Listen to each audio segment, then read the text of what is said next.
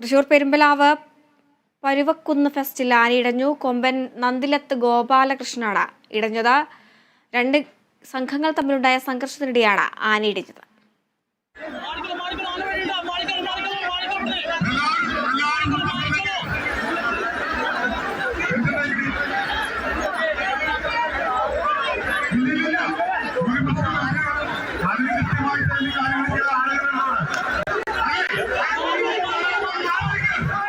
ഇന്ന് വൈകിട്ടായിരുന്നു സംഭവം.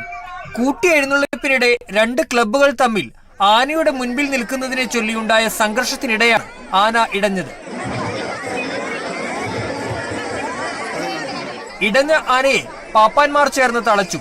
സംഘർഷത്തിൽ പെരുമ്പലാവ് സ്വദേശി നിസാമുദ്ദീൻ, അക്കിക്കാവ് സ്വദേശികളായ പ്രഫുൽ ദേവ്, റഷീദ് എന്നിവർക്കാണ് പരിക്കേറ്റത്. പരിക്കേറ്റവരെ പെരുമ്പലാവ് സ്വകാര്യ ആശുപത്രിയിലും പിന്നീട് കുന്നംകുളം മലങ്കര ആശുപത്രിയിലും പ്രവേശിപ്പിച്ചു. സംഘർഷത്തെ തുടർന്ന് പോലീസ് ലാത്തി വീശി. ആരുടെയും പരിക്ക് ഗുരുതരമല്ല. Kerala vision news, Thrissur.